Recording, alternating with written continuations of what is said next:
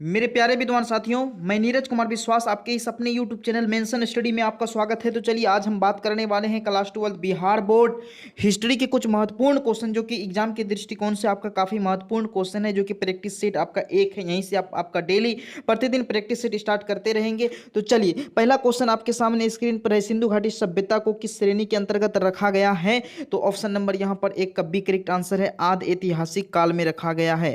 सिंधु घाटी सभ्यता को हड़प्पा सभ्यता के भी नाम से जाना जाता है, ये भी ध्यान में रखना है, क्योंकि कोई भी सभ्यता है कहीं ना कहीं किसी नदी के किनारे ही बसा था। यही कारण है कि हड़प्पा सभ्यता जो किस नदी के किनारे बसा हुआ था, तो सिंधु घाटी नदी के किनारे बसा हुआ था। इसीलिए हड़प्पा सभ्यता को सिंधु घाटी सभ्यता भी कहा जाता है। इसे कांस्ययुगीन सभ्यता भी कहा जाता है। क्यों? क्योंकि उस समय जो है, जो भी लोग थे वो कांसा का उपयोग ज्यादा करते थे।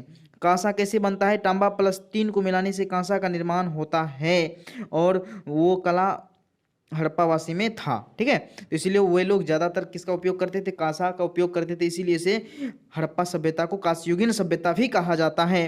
2 नंबर क्वेश्चन का था, सिंधु घाटी निवासियों को किस धातु का ज्ञान नहीं था? तो कौन सा धातु का ज्ञान नहीं था? आपको पता होगा, लोहा से भी लोग क्या थे? अपरिचित थे।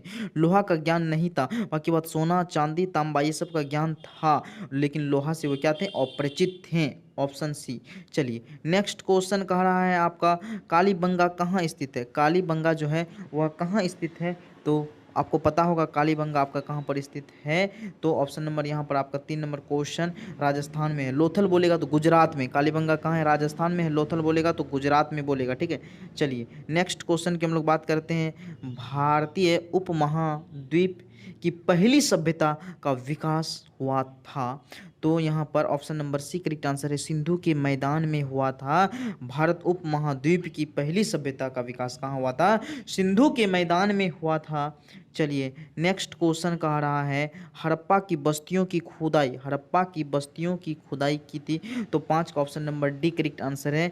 तो ए और सी दोनों, कहने का मतलब सर जॉन मार्शल भी किया था और मार्टिमर व्हीलर ने किया था। ठीक है, सर जॉन मार्शल और मार्टिमर व्हीलर ने किया था। Option number D correct answer है, इनमें से दोनों हो जाएगा। चलिए नेक्स्ट क्वेश्चन की हम लोग बात करते हैं, मुद्रा राक्षस किसकी रचना है? तो देखिए मुद्रा राक्षस जो पुस्तक है किसकी रचना है? विशाख दत्त की रचना है। किसकी रचना है? विशाख दत्त की रचना है। 6 का option number B correct answer है, Vishakha Datta. Option number B correct answer है, विशाख दत्त। कौटिल्य अर्थशास्त्र नामक पुस्तक किसके द्वारा लिखा गया है? कौटिल्य के द्वारा लिखा गया। कौटिल्य का हिंदुस्तान नाम है, चाणक्य बोलिए, विष्णुगुप्त बोलिए, तीनों सेम ही है। तो अर्थशास्त्र की रचना किसने किया था? कौटिल्य ने किया था। इंडिका नामक पुस्तक की रचना किसने किया था? इंडिका नामक पुस्तक की रचना मेगास्थनीज ने किया था। याद रखिए किसने? मेगास्थनीज ने किया था। ठीक है, चलिए वेदों की संख्या कितनी है? वेदों की संख्या कितनी है? तो वेदों की संख्या आपका 4 है। ऋग्वेद, यजुर्वेद, सामवेद, अथर्ववेद। और ऋग्वेद जो है, गायत्री मंत्र की रचना इसी ऋग्वेद से हुआ था। गायत्री मंत्र की रचना किसमें हुआ था? ऋग्वेद में हुआ था। और आप लोग बोलिए गायत्री मंत्र की रचना किसने किया है? कमेंट बॉक्स में जरूर जवाब देंगे आप लोग, गायत्री मंत्र की रचना किसने किया था। ठीक है, तो वेदों की संख्या कितनी है? 4 है। वेदांगों की संख्या कितनी है? 6। उपनिषद की संख्या 108 है। पुराणों की संख्या कितनी है? 18। महाभारत का युद्ध भी 18 दिनों तक चला था, ये भी याद रखिए। महाभारत की रचना किस भाषा में हुई थी?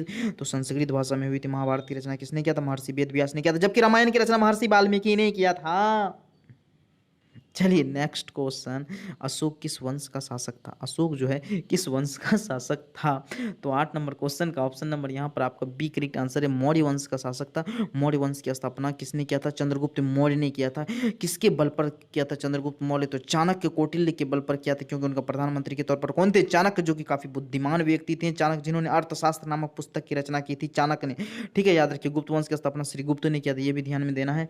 चलिए नेक्स्ट क्वेश्चन, और अशोक को क्या कहा जाता था? अशोक देखने में प्रिय थे, इसीलिए इसे प्रियदर्शी के नाम से जानते हैं। अशोक को क्या कहा जाता है? प्रियदर्शी कहा जाता है, याद रखेंगे। चलिए नेक्स्ट क्वेश्चन, कहता राज तरंगनी के लेखक कौन है? तो राज तरंगनी के जो लेखक है वह कल्हन है। राज तरंगनी के लेखक कौन है? कल्हन है। Option number D correct answer है, राज तरंगनी कल्हन। और उसके बाद मुद्रा राक्षस विशाख दत्त ने लिखा था। हर्षचरित्र वान भट्ट ने लिखा। महाभाष्य पतंजलि के द्वारा लिखा गया है। और सांख्य दर्शन कपिला, योग दर्शन, योग दर्शन किसके द्वारा लिखा गया है? तो ये भी याद रखेंगे, योग दर्शन पतंजलि के द्वारा लिखा गया। न्याय दर्शन गौतम ने लिखा है, गौतम ने लिखा है। ठीक है, कल्हन राज तरंग, जिसमें कश्मीर के इतिहास की चर्चा किया गया है। कश्मीर के इतिहास का चर्चा है राज तरंगिणी के कल्हन में। कलहन राजतरंगिणी। पतंजलि के महाभाष्य को हमें जानकारी मिलती है, पतंजलि के जो महाभाष्य हैं, ठीक है, हमें क्या जानकारी मिलती है, तो यहाँ पर प्राक मौर्य काल की जानकारी मिलती है। Option number C correct answer है, प्राक मौर्य काल की जानकारी मिलती है। Option number C is the right answer है। चलिए नेक्स्ट क्वेश्चन की हम लोग बात करते हैं। 10 नंबर क्वेश्चन क्लियर है। 11 नंबर क्वेश्चन का आता है पंच चिन्ह वाले सिक्के बने होते हैं, पंच चिन्ह वाले सिक्के बने होते हैं, तो 11 का ऑप्शन नंबर डी हो जाएगा। यानी कि पंच चिन्ह वाला जो सिक्के बने होते हैं वो आपका क्या किसके बने होते हैं, चांदी और तांबे दोनों को मिला होता है, चांदी और तांबा दोनों का मिश्रण मिला करके बनाते हैं, इसीलिए हम लोग कंप्लीट रूप से बोल देंगे चांदी और तांबा। चांदी का संकेत होता है एजी, तांबा का संकेत होता है सी यू एजी, क्या हो जाएगा, CUAG हो जाएगा, ठीक है। चलिए नेक्स्ट क्वेश्चन कह रहा है महाभारत की रचना किस भाषा में हुई, अभी बताएं। महाभारत की रचना आपका संस्कृत भाषा में हुई थी। महाभारत की रचना महर्षि वेदव्यास के द्वारा किया गया था। रामायण की रचना महर्षि वाल्मीकि के द्वारा किया गया है, और रामायण की रचना संस्कृत भाषा में भी हुआ था, ये भी याद रखना है। जिसके कारण जो है रामचरितमानस की जो रचना किया था वह तुलसीदास ने अवधी भाषा में किया था। भक्ति काल के कवि कहते हैं तुलसीदास को, किस काल के कवि कहते हैं, तो भक्ति काल के कवि थे। विनय पत्रिका भी तुलसीदास की रचना है, कवितावली तुलसीदास की रचना है, ये भी याद रखना है। तो चलिए 13 नंबर कह रहा है महाभारत में गंगा पुत्र के नाम से किसे जानते हैं, तो गंगा पुत्र भीष्म को कहा जाता है। गंगा पुत्र किसे कहते हैं, भीष्म को कहते हैं। Option number B correct answer है। अगर आप अभी भी चैनल को सब्सक्राइब नहीं किए हैं तो एक बार जरूर चैनल को सब्सक्राइब करके बेल आइकन प्रेस कर दें, ताकि आपको ऐसे ही वीडियो देखने के लिए नोटिफिकेशन जाते रहेंगे। महर्षि व्यास द्वारा उत्पन्न संतान क्या था, महर्षि व्यास द्वारा जो उत्पन्न संतान था, पांडु था, धृतराष्ट्र था, विदुर था। Option number D correct answer है। इनमें से सभी इनके जो संतान थे। और अगर PDF लेना चाहते हैं तो 9572654988 देख लीजिए, ये व्हाट्सअप नंबर है। आपका अपना नाम और जिला का नाम लिख करके हमें मैसेज कर देंगे, ये मेरा व्हाट्सअप नंबर है, ठीक है। तो चलिए बहुत बढ़िया है। नेक्स्ट क्वेश्चन कह रहा है ऋग्वेद के पुष्प सूक्त में सर्वप्रथम किस वर्ण का उल्लेख मिलता है, तो 15 नंबर क्वेश्चन का option number D correct answer है, शूद्र का उल्लेख मिलता है। ऑप्शन नंबर डी किसका, शूद्र का। चलिए नेक्स्ट क्वेश्चन की हम लोग बात करते हैं। त्रिपिटक साहित्य है, त्रिपिटक किससे संबंधित है, त्रिपिटक जो है आपका वह बौद्ध धर्म से संबंधित है। त्रिपिटक, विनय पत्रिका, सूत पिटक, अभिधम्म पिटक, ये तीनों को मिला करके त्रिपिटक के नाम से जाना, सूत पिटक, विनय पिटक, अभिधम्म पिटक, इसीलिए हम लोग इसको क्या कहते हैं, त्रिपिटक कहते हैं। त्रिपिटक की रचना किसने किया था, त्रिपिटक किससे संबंधित है, बौद्ध धर्म से संबंधित है। बौद्ध धर्म की रचना महात्मा बुद्ध ने किया था, ये भी याद रखेंगे। तो 16 का option number B correct answer है, बौद्ध धर्म। चलिए नेक्स्ट क्वेश्चन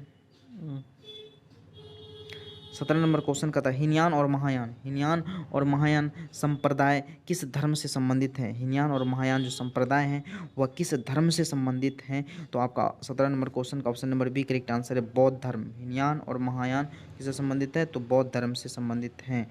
चलिए नेक्स्ट क्वेश्चन की हम लोग बात करते हैं। 18 नंबर क्वेश्चन का रहा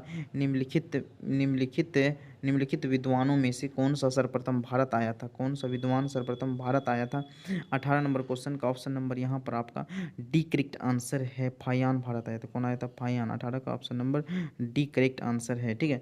चलिए नेक्स्ट क्वेश्चन की बात करते हैं। 19 नंबर क्वेश्चन का रहा है महात्मा बुद्ध को महापरिनिर्वाण प्राप्त हुआ था, महात्मा बुद्ध को महापरिनिर्वाण प्राप्त हुआ था, कब हुआ था, तो 19 का ऑप्शन नंबर सी कुशीनगर में हुआ था। यानी कि महात्मा गांधी की मृत्यु कहाँ पर हुआ था, कुशीनगर में हुआ था। इनका जन्म कहाँ पर हुआ था, तो इनका जो जन्म हुआ था लुम्बिनी नेपाल के तराई क्षेत्र में हुआ था। कपिलवस्तु, चलिए तो और बोध गया में ज्ञान की प्राप्ति हुआ था, भगवान बुद्ध को ज्ञान की प्राप्ति कहाँ हुआ था, तो बोध गया में हुआ था, ठीक है। चलिए नेक्स्ट क्वेश्चन कह रहा महावीर का जन्म हुआ था, तो महावीर का जन्म कहाँ हुआ था, कुंडल वन, ठीक है, कुंडल वन वैशाली में है। कुंडल वन कहाँ, वैशाली में है। 20 का option number C correct answer है, कुंडल वन वैशाली में हुआ था। Option number C correct answer है। तो चलिए नेक्स्ट क्वेश्चन की हम लोग बात करते हैं, ठीक है। तो वीडियो बड़ा हो जाएगा, इसीलिए हम सोच रहे हैं चलो यहीं पर स्टॉप कर दें। अगर वीडियो बढ़िया लगा होगा तो अपने मित्र दोस्तों के साथ अवश्य साझा करेंगे, और आप सभी अगर PDF लेना चाहते हैं तो इस नंबर पर अपना नाम और जिला का नाम लिख करके मैसेज कर देंगे। जो PDF हम लाइव में करवाते हैं या रिकॉर्डेड फॉर्म में जो भी क्वेश्चन करवाएंगे वो PDF आपको मिल जाएगा। और आप लोग ज़रूर से ज़रूर शेयर करें। अगर ग्रुप में जुड़ना है तो बोल दीजिएगा सर ग्रुप में ऐड कर देने के लिए, तो आपको ग्रुप में भी ऐड कर देंगे, ठीक है। चलिए बहुत बहुत धन्यवाद आप सभी विद्वान साथियों का, आपके इस अपने यूट्यूब चैनल मेंशन स्टडी में।